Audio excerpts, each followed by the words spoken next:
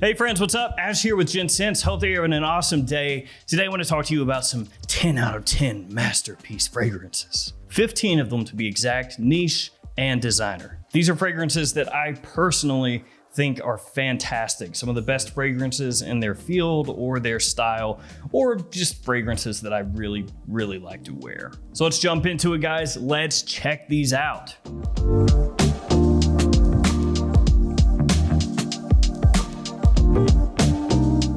Now, I did just tell you guys, but I need to reiterate, this is my personal list. You may not agree with everything on here, but that's okay, because you can go ahead and drop me a comment below and let me know some of your 10 out of 10 personal masterpiece fragrances. I want to see what you guys really dig. And before we jump into the first fragrance, I have a new code to give you for LuckyScent.com. So in case for some reason you're unaware of Lucky Scent, and I'll leave a link in the description and also link all these fragrances down below as well. Lucky Scent is pretty much the biggest niche fragrance retailer in the US. The code is once again Gents10. I know, Gents10. That's good for 10% off on the website, whatever your heart desires. All right, let's kick it off. I'm gonna do a very obvious one here first off. I have to include this, I'm sorry. It's Dior Homme Intense. You knew it was showing up at some point in here, so let's just get it out of the way. Dior Homme Intense, one of my absolute favorite fragrances ever, both designer, niche, indie, doesn't matter. I love this stuff. I will legit sometimes, even though I'm gonna wear something else during the day, like it'll be in the middle of the summer, 100 degrees outside, I'll just come down here and pop the cap on this and just sniff it. I don't have a problem. You do. I really love the smell that much. It's just like freaking awesome. Dior Homme Intense has some of the most perfect iris in a designer fragrance ever. Dior Homme Intense will forever be one of my favorite fragrances. Yes, it's better for fall, winter, and evening situations. It's not as versatile as Dior Homme or Dior Homme 2020 or the now discontinued Dior Homme. Oh, rest in peace. But in spite of that, it still is my favorite from the Dior Homme line. Next up, from Tom Ford Oud Wood. Now this fragrance has been emulated or knocked off or has inspired many fragrances that came after it. It's a fragrance that makes oud very wearable, very approachable. It takes a lot of the scariness out of oud. And when I say that, I mean for your average person who maybe is not sure that they can pull off an oud scent. It's warm, spicy, and sweet with a great dark woodiness without too much of that animalic nature. Oud Wood, one of my favorite Tom Fords. And I did just get in carved oud, which does smell like oud wood with some differences, and I'll cover that one in the not too distant future on my extra Gent Sense channel. So I got a lot more niche stuff on that channel. Check that out if you're a fan of niche. Also have some designer stuff on there also, so I just check it out in general. Let's see, next up, Layton from Parfums de Marly. Now what can I say about Layton that has not already been said? Layton is enormously popular. It seems like everybody owns this stuff or has smelled this stuff. And you may think, well, it's a niche fragrance with kind of a designer feel. That's not a masterpiece. It's gotta be more different than that. And I would say, nah, I disagree with you. Yes, Layton has designer sensibilities in the sense that it's made for mass appeal and ease of use and compliment factor and all that stuff. But Layton has left its footprint, its thumbprint, its everything print all over fragrances at this point. Because when scents come out nowadays that smell even a little bit like this, people will be like, oh, Layton. Yeah, that's Layton. Kind of like Aventus. Stuff comes out and has a bit of an Aventus feel and everybody starts talking the Aventus talk. Same thing with Layton. So when something has that much of an impact, you gotta recognize that. Even if you don't like the fragrance, you have to respect what it does. Thankfully, I do like the fragrance a lot, and so does my wife. You know I'm all about that. A fragrance that the wife is gonna give a big thumbs up to makes it easy for me too. Nice. Next up, I want to talk about this bad boy, Chanel, Bleu de Chanel, the Eau de Parfum. Also love the Eau de Toilette. The Eau de Toilette is the first one that I bought, and I really waffle back and forth between the EDT and the EDP. It's like I can't decide. Some days I like the EDT more, some days I like this one more, but in this video we're gonna highlight the Eau de Parfum because that's the one that overall is a little more popular with more people. For me, this is very nearly the perfect blue fragrance in the sense that any age range can pull this off, and you can pull it off anywhere, any place, anytime, any season. It's ridiculous. Truly, it's a fragrance that I can't pigeonhole into any one particular time that I would use it. Basically just any time ever. The performance on this is very good. It's classy yet modern at the same time, and the quality of this very nice as well as far as blue scents go in the designer realm. So Bleu de Chanel Eau de Parfum, this stuff is killer. Let's journey back to the realm of niche, this time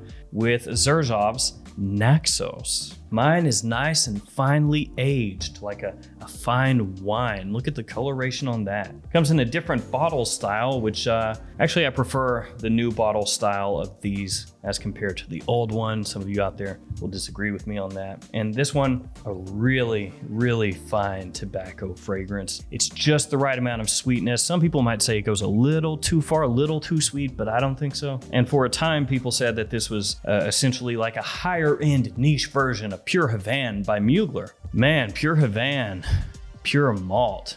Those were some gems. It's a real good thing Mugler made those impossible to find nowadays. Oh wait, no, that actually sucks. Anyway, back to this, one of my favorite Xerjoff fragrances. Always love wearing this in the fall and winter time. And if you're looking for really high-end tobacco, definitely check that one out. Let me hit you guys with a couple other codes, the ones that you already know, but we're gonna repeat them once again. TwistedLily.com, Gents10 is the code. 10% off the whole website. And then of course, JomaShop.com, the code is Gents8. $8 off any order over 110. JomaShop, big time discounter. Twisted Lily, big time niche retailer. Back to the list. Gucci, Intense Oud.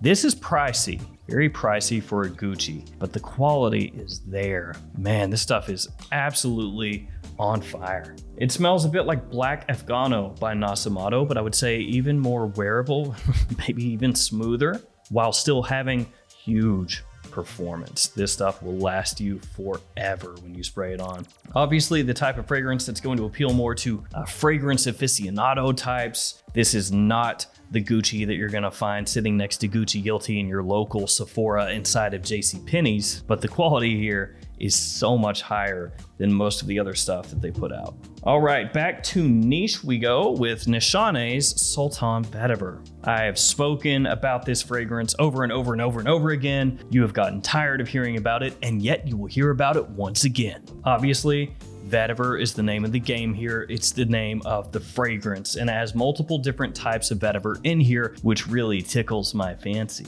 It has every little piece of things that you may like about vetiver. It's clean, it's fresh, but at the same time, it's woody, it's dry, it's slightly smoky. A lot of different things going on here. You also have leather in here, you have amber wood, you have citrus. So it's not just the vetiver, but the vetiver is the star of the show. Obviously, the potential issue with this one is if you don't like vetiver. If you don't like vetiver, you probably won't like this one, but I think it is top notch. Let's go indie with Memoirs of a Trespasser from Imaginary Authors. This one and Cape Heartache are my two favorite from the house. Like I always say, notes on the back of the bottle, and really the first note here is what's gonna make or break the fragrance for you. Madagascar vanilla. Do you like vanilla forward fragrances? Yes or no? If the answer is no, sorry, probably won't like this. If the answer is yes, continue reading. You also have Gaiac wood, myrrh, bergamot, benzoin resin, amberette seeds, and oak barrels. So the vanilla in here is smoky. It's a dark vanilla, and it carries through the entirety of the scent. Even though people typically think of vanilla as being a base note, you know, something that comes in as the fragrance dries and gives you this sweetness and potentially warmth, this one blasts you in the face with it right away. Still though, I think it's awesome. One of my favorite vanilla fragrances in my collection. Plus the name is just kind of cool. Memoirs of a Trespasser. Back to designer, Light Blue Forever. This one is slightly divisive because some people think it is too boring, that it's just grapefruit and that's all it is. And why would you want to smell like a grapefruit? I've heard that a lot. And then other people will perceive the grapefruit as having like a BO smell to it, and that's not nice. Thankfully, I don't get the body odor thing, so it works really well for me. I love the grapefruit here because it smells more realistic, more rindy and tart and bitter, yet sweet and fresh at the same time. So I love that. As it dries down, it's not quite as interesting as in the opening, but it's still very easy to wear, very smooth for me. And it's another one that my wife absolutely adores. So Light Blue forever, love this stuff. All right, let's do another designer. Spicebomb. Viktor&Rolf Spicebomb. Spicebomb is a bomb of spice. Thank you, have a good day. That's Spicebomb. Spicebomb, when it first came out, I was really blown away by the fragrance because it just captured my attention immediately. One of those fragrances, you spray it on a tester strip, you have no idea what to expect. You go in for a whiff and you just, whoa, what is that? That's kind of what happened. Very aggressive with the spice in the opening, but I really love it. I mean, Spicebomb Extreme, maybe I gravitate more toward that nowadays, but when the first Spicebomb came out, I was blown away. Lasts a long time, has a great compliment factor to it, cuts through the cold in fall and winter, great scent. Back to niche, Mancera Intense Cedrat Boisee. Now, some people are going to say, no, the Intense is not as good as the original. I like the original, it's really good. It's another big compliment getting fragrance and has great performance. It's got this great fruity sweetness to it, so it's understandable. A lot of people would like that one. Intense Cedrat Boisee though, for me, just barely ramped everything up a little bit, gave me a little more of a richness and an intensity in the base of the fragrance that I really enjoy. Still has that fruity sweetness, but maybe not quite as forward. Either one is great. I mean, the original you can't go wrong with, Intense you can't go wrong with, but for me, currently, I prefer the Intense. Low DC Noir Ambre by Issey Miyake up next. This was impossible to find for a long time. They have it at Fragrance Buy now. They have testers and also the full presentation. Don't know how many, just know I saw it on the website. So if you're watching this in the future and it's gone off the website, sorry, but I'm talking about just like right now. Noir Ambre is like the top notch, the tippy toppy notch of Issey Miyake's cool weather fragrances. And I've said this a bunch of times, but if you haven't heard me, I'll say it again. Issey Miyake makes some of the best cool weather designer fragrances right now. You may not expect it because they're more well known in the general public for their warm weather fragrances like Low DC, but their cool weather stuff is where it's at. This is a sick quality amber fragrance in the designer realm. So obviously amber forward, warm, sweet, resinous. You have spiciness, especially coming from saffron. You've got vanilla in there in the base as well. When this first really took off, it started to pop up sporadically at like TJ Maxx's in the US. And then people really got hyped about it. Everybody was trying to find the stuff, but it was hard to find. And the price went through the roof. It was going for like $200+ on eBay. And it was really hard to find at discounters. And I still don't really trust that it won't just kind of go away. All right, let's talk about this Guerlain next. Guerlain Homme Le Boisee. This one has got lime, it has vetiver, it has mint, it has this great sweetness to the fragrance. It's fairly affordable at discounters, so there's a lot to love. It's really good for spring and summer. It's got a bit of class to it, and it's really almost a hidden gem that people within the fragrance world know about and talk about, but your average Joe, they're probably not wearing this, not in the US anyway. So Guerlain Homme Le Boisee, this stuff, top notch. You really got to check that out if you haven't. Let's go with the final niche here, Diptyque Philosykos. I know I butchered the name, whatever. So this is going to be one of my favorite fig fragrances on the market. And also a really nice thing about Diptyque, they're not crazy expensive for a niche house. So this one has that interesting fruity sweetness from the fig, something that you'll immediately pick out and be like, oh, okay, yeah, I see what that is. A little bit of woodiness in there in the base. It's a green fragrance, very fresh, good for spring, summertime. Last one, Voyage d'Hermès, and this is the Parfum. The bottle is kind of cool, but kind of lame, because depending on if your bottle likes you or hates you, sometimes these little buttons right here on the end, they'll pop off. So it says Hermes right here, and that's kind of like the little part of the bottle, the presentation that holds everything together. So this one makes use of cardamom, additional spices, lemon, and tea. Gives it a really interesting opening because it is fresh, but has this warm spiciness mixing together with that tea note, and it gives you a very interesting scent profile. In the base, you're gonna get a bit of woodiness, touch of musk, little amber, but really it's that opening in the mid that captures my attention.